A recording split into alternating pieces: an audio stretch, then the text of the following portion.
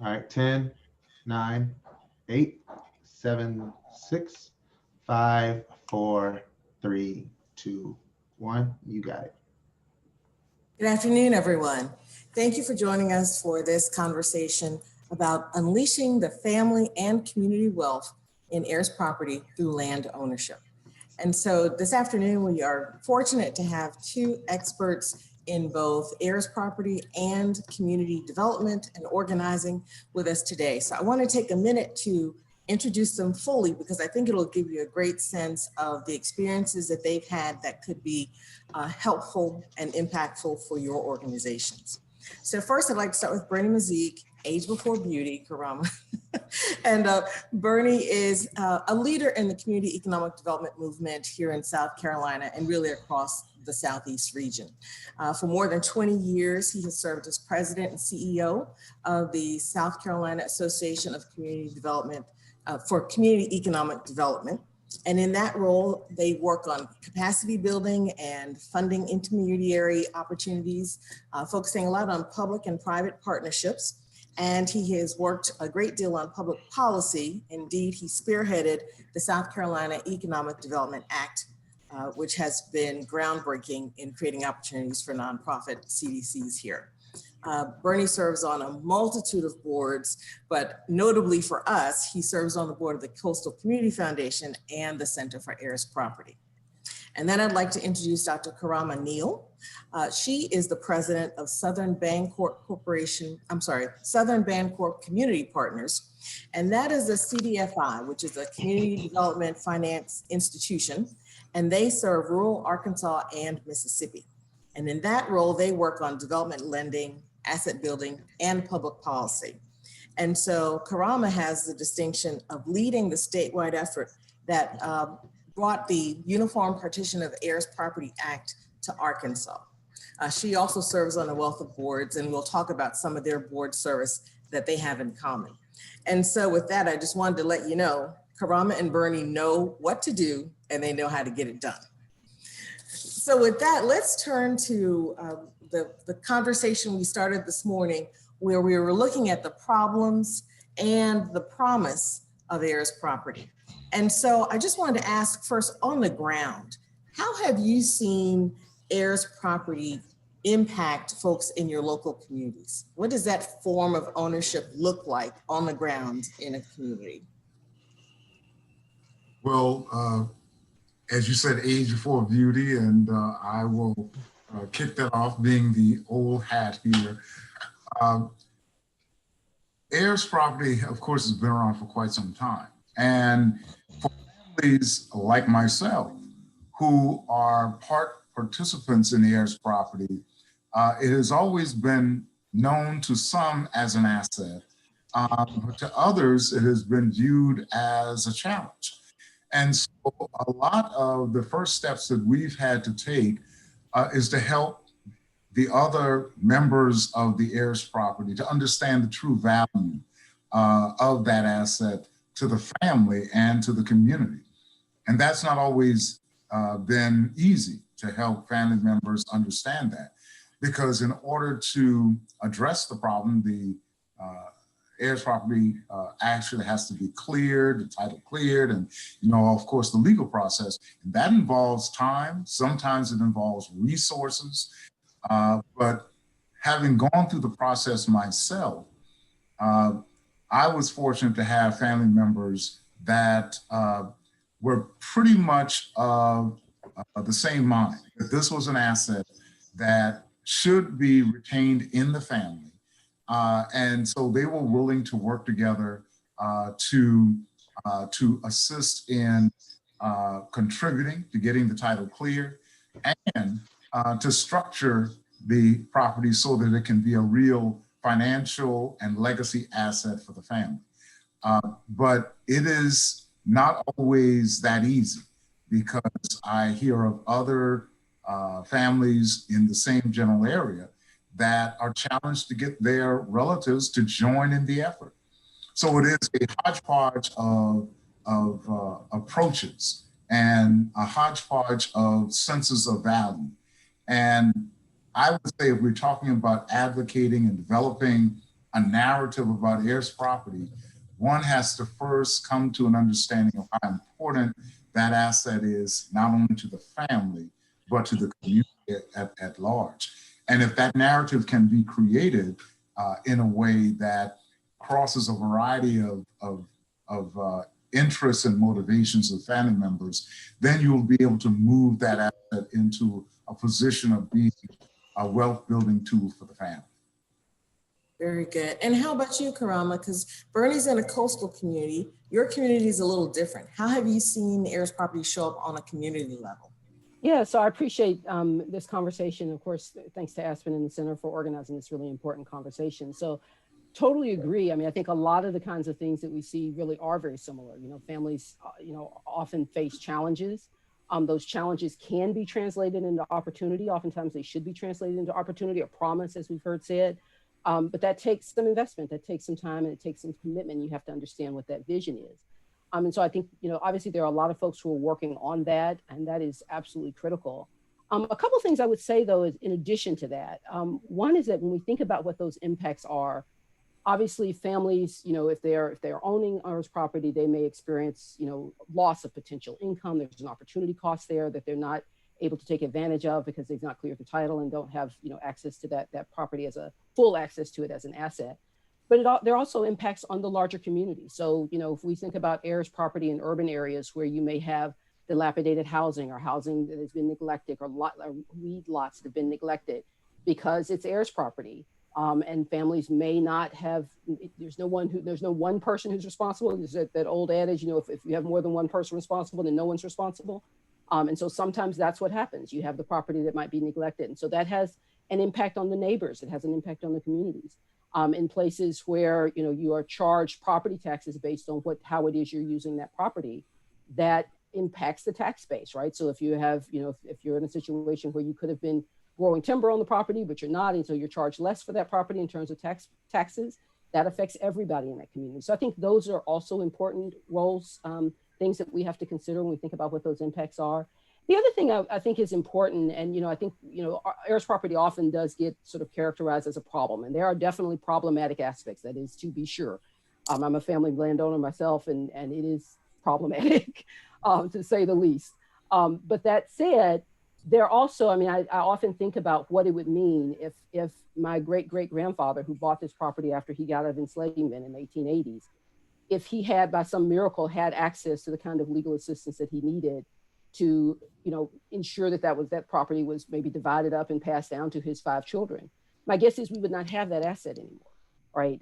It's unlikely, and obviously he could have put it in a trust, but that would have been highly complex at that period of time to expect from him. But even if he had just divvied it up between those 5 children, chances are that property would have been sold by now. So we would not have had that asset, and B, would not have had those family relationships with those family members who frankly go really far back. And so I think that's important to sort of, just as we recognize what those problems are and work to try to solve those and remedy them, it's also really critical to recognize what we've heard, the promise, the opportunity, the positive things that come from having family, bound together a little bit in this joint effort that can really be beneficial to all the family members.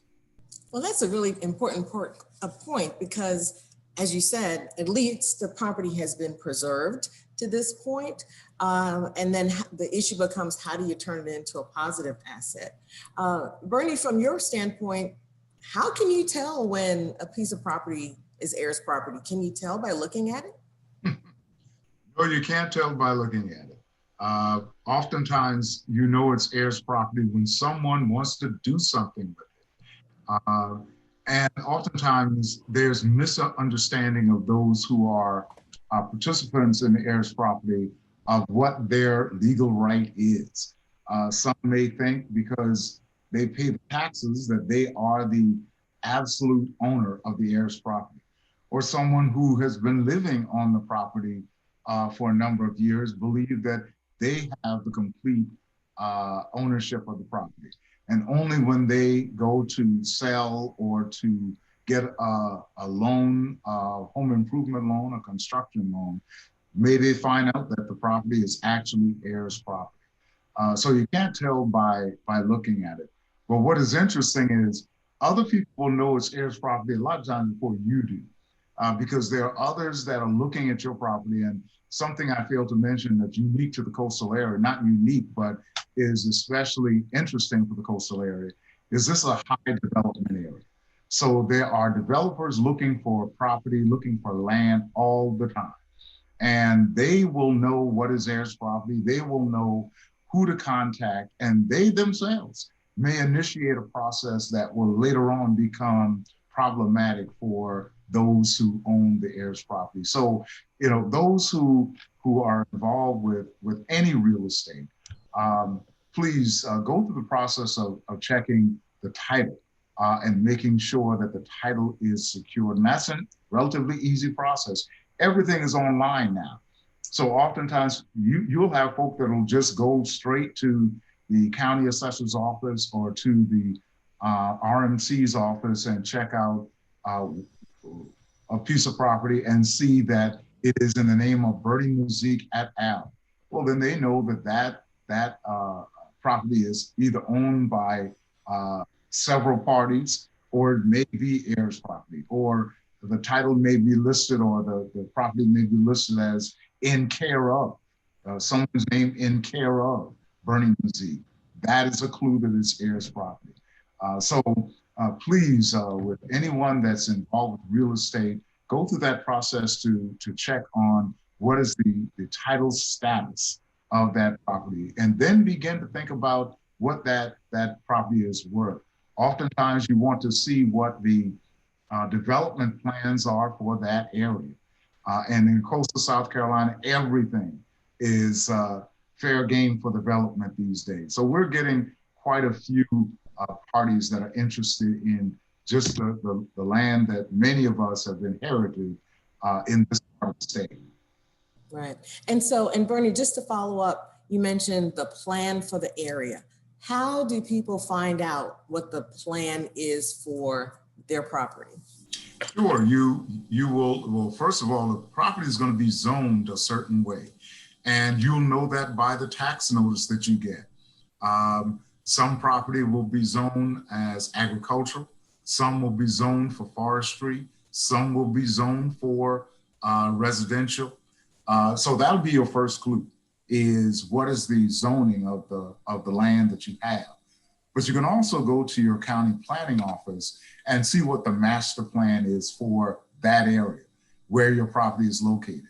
And that will tell you, A, what the true value of that property is, but B, also what are the potential challenges you're going to have? Who are going to be the potential players that you would want to and need to engage with, because 9 times out of 10, if there's a large scale development that is happening in your area, they're going to be knocking at your door, or they're going to be knocking at a relative's door, letting them know that they're interested in that property. And if your relative is not familiar with the process of and the status of the heirs property, they may enter into some agreement that it does not benefit those who are heirs to this property. And so I hear you saying, be sure you get some advice before you sign documents. Oh, absolutely. So many, and the story of heirs property in the South and probably beyond the South, and how so much land was lost, was because individuals who may have known they were parties of heirs property, or didn't know, would be approached by unscrupulous developers, letting them know that they have an interest in this property. And we would give you a certain amount of money, but if you sign this quitclaim deed, you can get $5,000 and you will now have some resources to work with.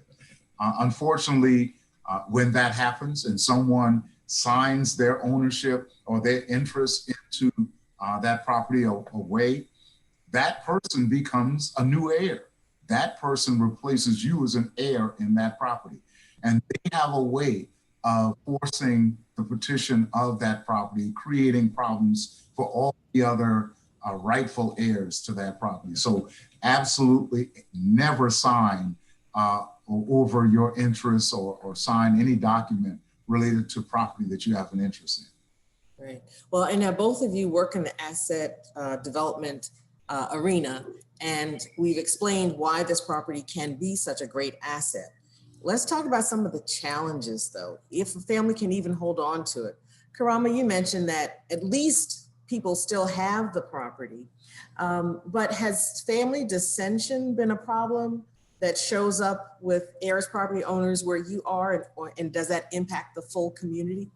Sure, and I think, I think I appreciate that question, and also wanted to just follow up a little bit on the prior question. I think, when we look at the variety of types of property, some of it is ripe for development, some of it is ripe for other kinds of things. And so in Arkansas, where I live and where I work, we have timber property and row crops and vegetable farming and grazing land and poultry farming, and just a number of those. And of course, heir property exists in urban areas as well. So I think a lot of the potential conflict, internal conflict within the family members or within the co-tenant group can result from what the opportunities are. And I think that is something that is really very critical. I think a lot of families want the sort of first priority. When I talk about my own family and talk to other families, oftentimes the first priority is really retaining the land for sentimental, historical kinds of purposes. That's where my folks are buried. We have a family cemetery there. That's where mama and daddy and everybody grew up. And so they want to maintain it for that. And oftentimes there's agreement around that, but sometimes where there's not agreement, oftentimes because there's not a lot of knowledge, is what else can I do with this property, right? So it's not just about the past. The past is absolutely critical, but it's also about the future. And so how do we think about this property being an asset going forward? Is this something where we want to hire a timber manager and have someone manage that timber, so we cut it periodically and we provide a small scholarship to all the kids who are in college at that point? Is this something where it's row crop land and we want to lease it out because none of us is living on the property, we want to lease it out and let somebody else farm it? Is there someone who wants to live on the property and other people don't? So I think, thinking through all of those things is really critical. And it really highlights what's oftentimes really important in this work. We talk a lot about prevention. We heard Thomas Mitchell and others talk about wills and making sure that people have their documentation in order, have done estate planning and end of life planning. We've talked a lot about title clearance. So once if heir property shows up and that's what you have, how do I get the title cleared? How do I get that legal status, that unstable legal status resolved? But then it's also very critical to think about what happens next, right? So you have that legal status resolved. Why am I going through that? What is my effort? Is it because there's a developer who's offering us money for it and we want to be able to have that clear? Is it because we want to, set up a trust or some LLC to maintain the property? Like, what are we working towards? And I think as families can work together on what those options are, what makes the most sense for families, that's where you can begin to sometimes have those problems, but it's also where you can begin to resolve them, because oftentimes folks don't know what all their options are. And so I think that is really critical. If I could weigh in just a tiny bit on I know there's some other conversations that are happening, other breakouts that are happening similar, but you talked about, do you know heir property when you see it? I think it's important, you don't, as we heard before, it can exist in all kinds of formats. You don't know it by who the owners are. The owners aren't all Black. There was a question in the chat in the earlier session where someone asked, is this only an African-American problem? Absolutely not. African-Americans absolutely have been disproportionately negatively impacted, for sure.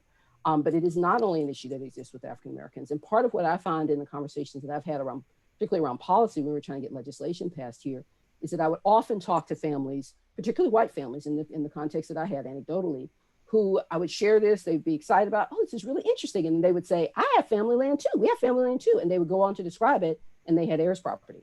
They never had that term, they never applied that term to their situation, and yet they did absolutely have heirs property based on what they described.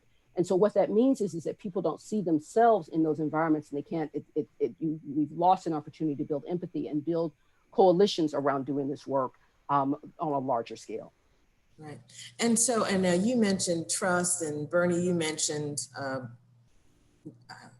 different corporate forms of holding this property. To get to that point, what's the advantage of getting to that secure holding position in terms of the ability to leverage heirs property, or to get some wealth, generate wealth, or get wealth out of it? Well, go ahead, Ron. Oh, well, I'll just start really quickly. I think, in my day job, I run Southern Bancorp Community Partners, or a CDFI loan fund. And it is not unusual. We do lending. We also do things called individual development accounts where someone saves and they use that savings to buy a house, do home repairs, those kinds of things. They get some match money to do that. And it is not uncommon for us to have someone come to us and say, you know, I'm needing a loan, their credit may be in good shape, they may be in good shape, but then when it comes to looking at the property, they can't show clear ownership of the property, and we're not able to use that property as collateral, even if they were willing to do that. It is not unusual for someone to come to us and say, look, I've got this house, it's the house I've always lived in, I need to get some repairs done on the roof. Can I enroll in this IDA program, this match savings program, to allow me to make some repairs on this roof? And otherwise they could, but we can't see clear ownership of that title. And so then they're not able to use those funds in that way because of the restrictions that are on the funds. You have to be able to show clear ownership of the property. So, you know, this access to capital issue is a really critical one. And that's just one area. There's many more. We think about disasters and all kinds of other places, but that's just one area where having that clear title really facilitates things that not having a clear title really blocks. And that can be important as families want to just even maintain their current status, let alone do something more, like I say, repair a roof, do those kinds of things. Right. So a lot of government programs will require you to have clear title to take advantage of those benefits. Bernie, from your perspective? Well, and something as simple as getting electricity run to the property, water and sewer run to the property.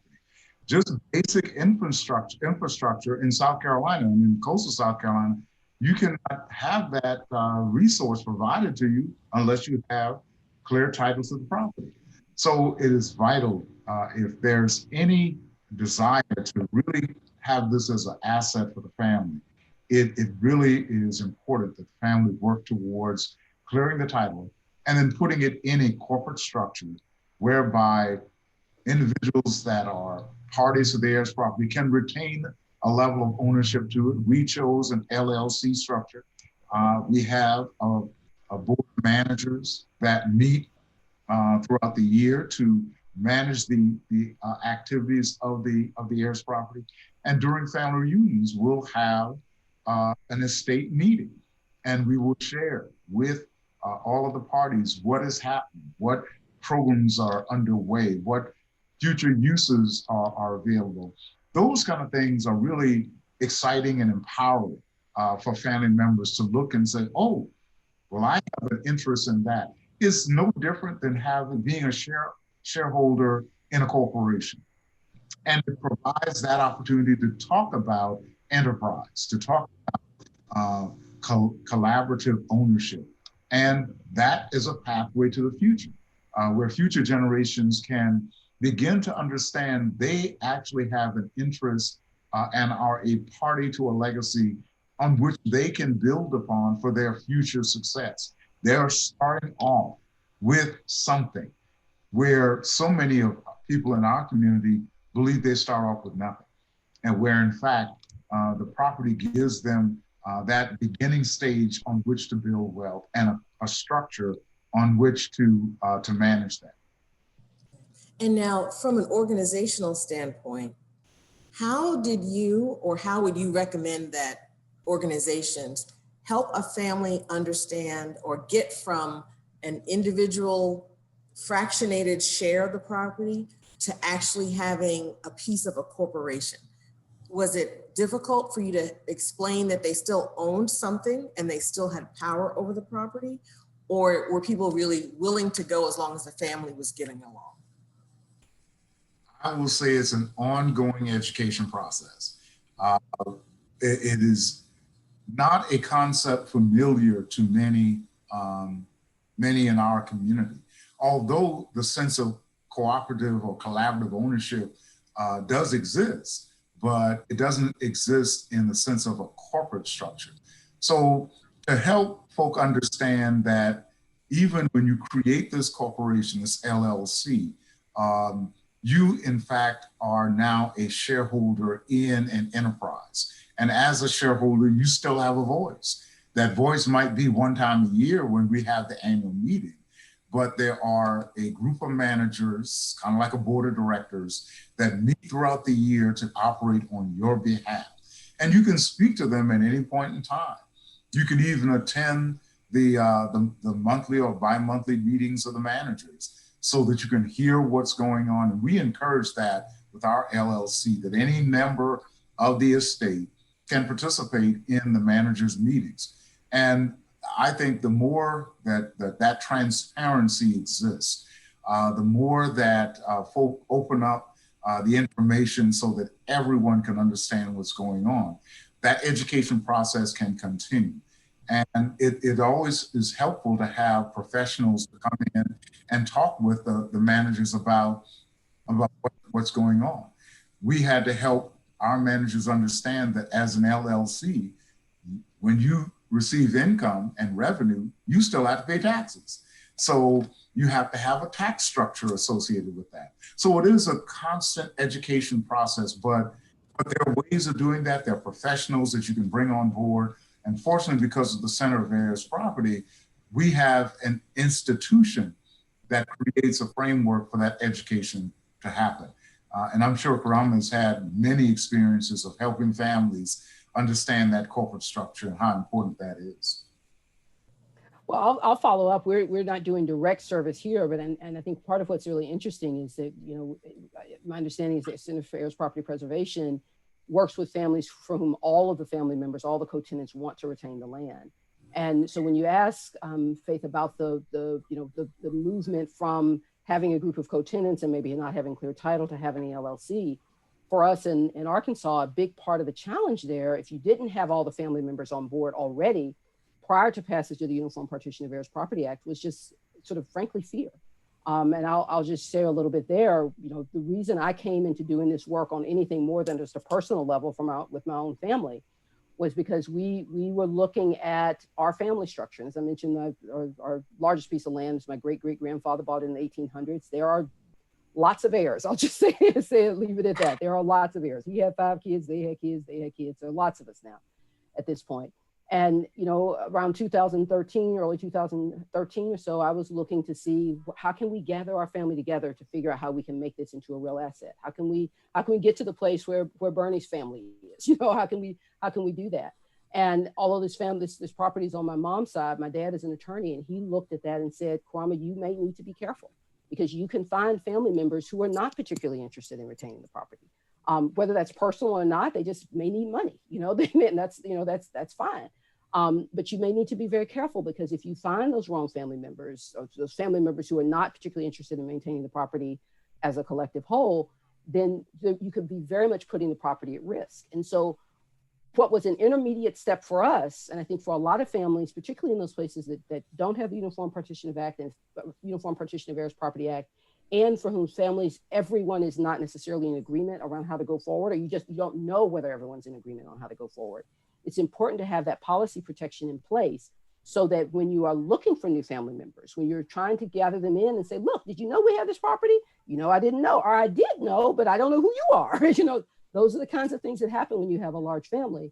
And so you need to be able to have those policy protections in so you can have those conversations and feel confident that if you meet that new cousin who you love and you want to welcome to the family, you want to welcome to the family reunion, if that person says, you know what, love y'all, glad to meet you, but I want my money and I want out, that the only solution is not to sell the property at the auction lot, right? So you need to have those policy protections in place. And that's what really stimulated us in Arkansas, or at least me, getting involved in the Uniform Partition of Heirs Property Act and getting that passed, because otherwise we were not able to be proactive in the way that we wanted to be in terms of resolving title, because we did not have those protections in place that allowed us to feel comfortable engaging with family members who we might not know how they feel about that. And this, again, doesn't mean we don't welcome and love them and, you know, want to hug them at the family reunion. But if they're not interested in the property, we need to have those protections in place so those of us who are interested can maintain it. Right. And so, and Karama, you mentioned the Uniform Partition of Heirs Property Act. Thomas Mitchell talked about it a little bit this morning, well, earlier this afternoon. And so that does give some protections to families so that you basically can't have one person controlling everything. And you have an opportunity for the right of first refusal. And so that is a good place for states to get.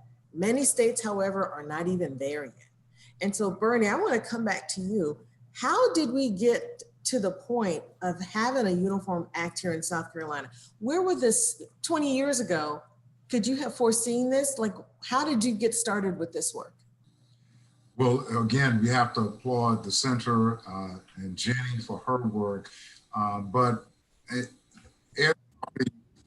fortunately or unfortunately, was a well-known condition in South Carolina. It was kind of like the family secret. Everyone knew it was something that was out there. And so it was not difficult to at least talk about it once folk felt comfortable talking about it.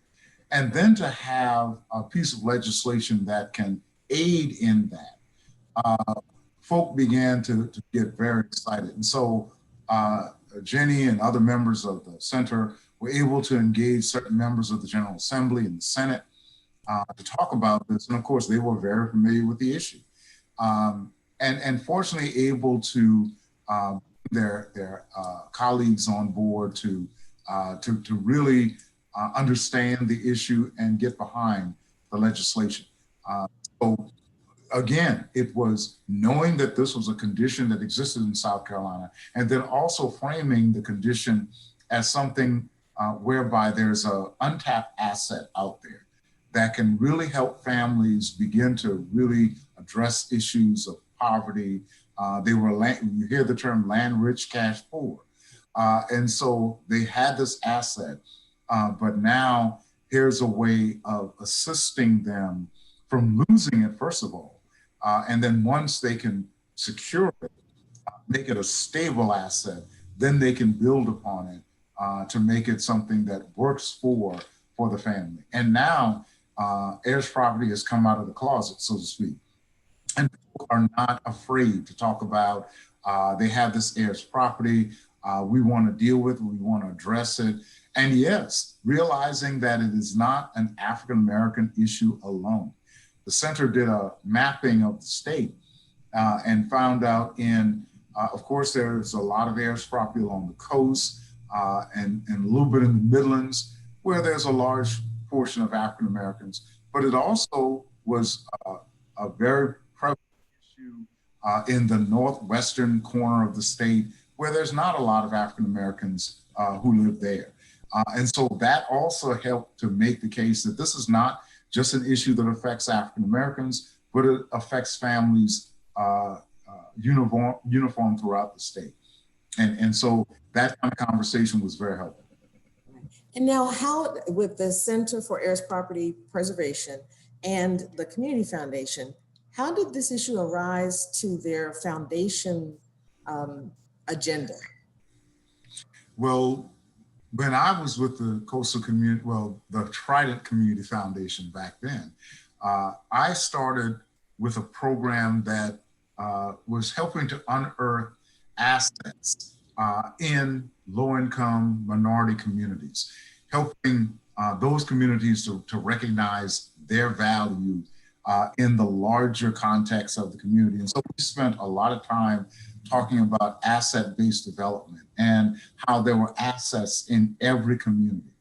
And one of those assets we started talking about was land, that land existed in these largely African-American communities and neighborhoods, those neighborhoods that you drive by all the time, and you may see a house that is not, a fancy house, but those families have this asset called Heirs Property, but they really can't use it in order to go and get a home improvement loan in order to fix up their house, or they can't use it to start a business or what have you.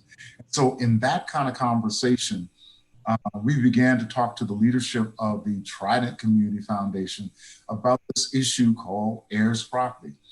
And with the foundation having credibility in the community, having a sense of importance, if you will, that others would listen to the community foundation because they raised this issue on the table.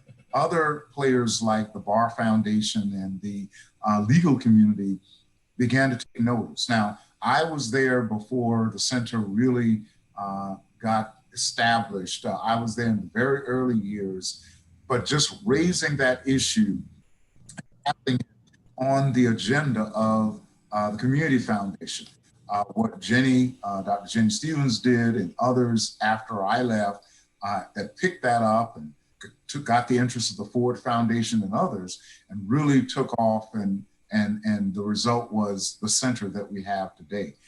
But it was a matter of really helping leadership at the foundation understand that looking at assets in a different way than traditionally you look at an asset. Right. And so you help plant that seed. And now you explained how the Community Foundation and worked with Bar Foundation and others to get the issues moving. Karama, on your side, you actually had a legislative campaign. Who were your allies? How did you find allies in the effort to get the Uniform Act adopted in Arkansas? Yeah, so I sort of shared already a little bit about how I personally came to it. I think it's important to just sort of recognize, I think in most of these cases, you stand on the shoulders of giants, right? And so, one of the themes of this conference today is taking action. And you asked about, recognizing that some states have not passed the UPHPA, they have not passed the Heirs Property Act. Sometimes you may have to take a different approach to doing that. For us, once I sort of recognized that it was, that was going to be a partial solution to our problems. We didn't solve everything, but it would allow us to move forward in a way that we were previously unable to move forward. I really just started a grassroots campaign. So I started talking to family reunions, got on radio stations, spoke on podcasts, and just visited community groups. There is an organization here, Arkansas Land and Farm Development Corporation, has been working on this work for decades, had actually done some other policy work in the past, so we were really able to stand on the shoulders of that work as well. Connected with them and other groups who, either were already working on Heirs Property or familiar with it. As Bernie said, it's a common knowledge, and a lot of folks know about it. It's not something that's secret for a lot of communities. But for some communities, as I mentioned before, some communities don't even know that's what it is. And so, as we work to educate folks about it, introduce this concept, help them understand how they could potentially benefit, what we found is that there was significant support, from families, because, in a place that has lots of agricultural roots. I mean, I grew up in Little Rock. I didn't grow up on the farm, but my parents did. And, that style of life is something that is comforting and is familiar and is part of my history. And I think for so many people in states like many of the ones that are probably represented on this call today, that is something that you can really reach for. Even in a urban situation, you can look at it and say, this is our family's house, right? Even if it's just that house on a lot, that is something that people can relate to. And so we were very intentional around trying to build and talk about this work in a way that built those alliances, that allowed people to see themselves and understand how this related to, a situation that maybe they don't have right now, but they have had, or they've seen had. And so that was really very important. What was very critical and very helpful for us is as we built that movement around trying to get the Heirs Property Act passed, and had, like I said, this newsletter and other kinds of events that were sort of regularly happening, they caught the attention of the Uniform Law Commissioners in Arkansas. They brought it to the Bar Association, and the Bar Association, it was just wonderful. They were able to put it on their legislative agenda for the 2015 legislative session in the state of Arkansas. And so at that point, when their lobbyist took it on as one of his charges, then we were able to get that passed. And I think, we've been real intentional. I say this because to tell our story, but I think it can be illustrative for other states as well. How can someone, like, I'm not an attorney, I'm not someone who works at the Heirs Property Service Organization, I don't have anything behind me. I'm just a family landowner, but one who saw this as an opportunity to make a difference for my own family and for so many families across our state. And I think there are many other people, many of whom are probably on this call, who can take similar efforts, whether it's working to pass the entire Uniform Partition of Heirs Property Act, whether it is looking at piece of it, maybe you're wanting to try to get right of first refusal, get something like that passed, or put it together in that way. Whether it's starting an organization that provides these services, there are a lot of opportunities to take action. Great. And to that point, we have a lot of people here who may be working on these issues in their states. I think at this point, we can open it up for some questions. You've got two experts here who are seasoned in the field and accomplished in getting things done. And so feel free to, I guess you can unmute or post a question in the chat room. And so I'll go ahead and ask, let's see, I see a question here from Florence, and she wanted to know how to find out what the situation is in Florida. Good news, Florida has adopted the Uniform Partition of Heirs Property Act, without the support of the Florida Bar, but they got it done anyway. And so there are resources in Florida at least the protections are there in Florida. Now, I think part of the challenge is we are so fortunate to have the Center for Heirs Property here in Charleston and now across South Carolina. We need providers in different states to help educate the community about heirs property, if that's something you're looking to do. But don't overlook the legal resources that might take it on as a cause. Just as Dr. Neal said, the bar folks took it up as their own issue. And so getting into an alliance with your bar and bar foundation are probably a really good first step to get things going in Florida. One thing, if I can add just really quickly on that, is as y'all are thinking about Florida, I mean, part of what we've seen in some other states, I think Georgia in particular, they did a lot of economic work first as they were sort of moving forward. They looked to see what is the potential economic impact of heirs property. And so did a survey. It sounds like very similar. Something was done in South Carolina. We've heard other folks talk about some of the work in other states where you're looking to see how much heirs property is there? What is that property? What is the value of potential value of that property? What is the potential impact of that property?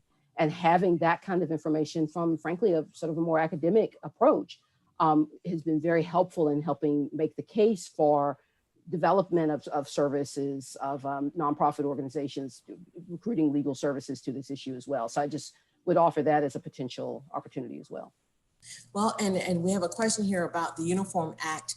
It is available on the web, and I think we could probably make sure we post the link to the Uniform Act, if not during this session, during the movie session later on, and in the materials that go out afterwards. So you should be able to find it on the web. Oh, there we go. So we've got it right there for the Uniform Act. Let's see. We do. And that's for a group that's legislative session is starting in January. And I would say, and Bernie and Karama help me, you probably need to do a lot of work before the first day of the legislature, right? Bernie, what would you share on that point? Yeah, and part of the work of heirs property, and the center has Woodlands Community Advocates Group that is also a body of parties to heirs property, those that are owners of heirs property, some who have timber enterprises underway.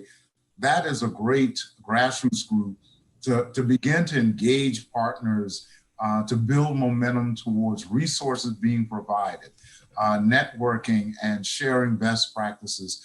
One of the things that is helpful for those who have heirs property in rural areas who want to use that property as a economic engine, the U.S. Department of Agriculture Conservation Services have a variety of programs that those with heirs property can begin to access now, so that you can begin to use those dollars to help you replant trees that you may sell timber on your land, or to enhance an agricultural practice that you're engaged in. But you can also organize them to look at policies and resources. Every state has the wherewithal to provide additional resources through their Department of Agriculture or their Department of Commerce. So I would encourage folk who are interested in heirs property or who are parties to heirs property to begin to organize now.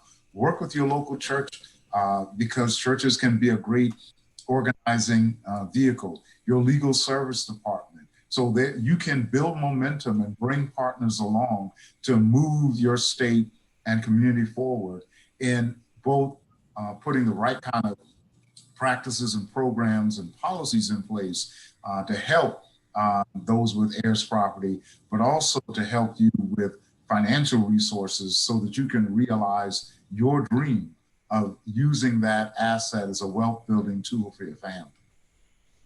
Very good. And so, you know, at least timbering gives you an opportunity to raise money to pay the taxes. So there's, even if it's as simple as from year to year, there are things that a family can do to hold on to the property, and then other things to, you know, generate revenue. I think there's one question about how do you divide up the property or address the issue quietly so that other organizations don't come in. And Karama, you talked about that perspective a little bit. I'll just say, because we are coming up on our close, but certainly surveyors always know how to divvy up real estate in big estates, and they can do the same thing with attractive heirs property. The challenge is that the law considers land to be unique. And so one piece by the water may be worth a whole lot more than the piece on the road. But working with a surveyor and an appraiser, you can adjust the sizes of those tracts so that they come out in proportion to the ownership interest that you have. So I just want to remind everyone, consider the points that Bernie and Karama made about the benefits that come from mapping out these assets and then educating landowners and the community about the best way to leverage that and hold that community together. So I want to pass it to Karama and then Bernie. Any closing points as we hit this last minute? The only thing I'll say is that, I mean, I think again, this one of the themes here was take action. And I just would encourage folks to not feel limited by whatever your, I don't know, title, skills, experience, that kind of stuff is. There is so much work that can be done, and sometimes it just takes that initiative to go and get it done. I've shared in the chat the link to our Heirs of Arkansas. That was our project to get the Heirs Property Act passed, and this is really just an after a nighttime activity for me. Those are the kinds of things that can be done. There is really a lot of opportunity to do that. There's a lot of need, as we see, as indicated in the chat, and I just would encourage folks to just get out there and make it happen. Be clear about what it is your role is and how you can make that relevant for others and make it happen. Very good. And Bernie, my closing thought is they're not making any more land, and it's easier to lose the land than to acquire additional land. So when your asset that you have, try to find ways to hold on to it, because that asset is a springboard to many other things. And fortunately, we're living in an age that you can access information and guide you to converting that asset into a wealth building strategy for the family and the community. Well, thank you, Bernie, for making it possible for all this information to even get started with your work. And Karama, thank you for giving us an inspiration on how we can get our states to that Uniform Act and then even do more in both of your perspectives to make our land work for us and make money. Well, thank you all for joining us. We look forward to seeing you at the evening session with the film, and we hope everyone will take advantage of the next breakout session. Thank you. Thank you all. Thank you.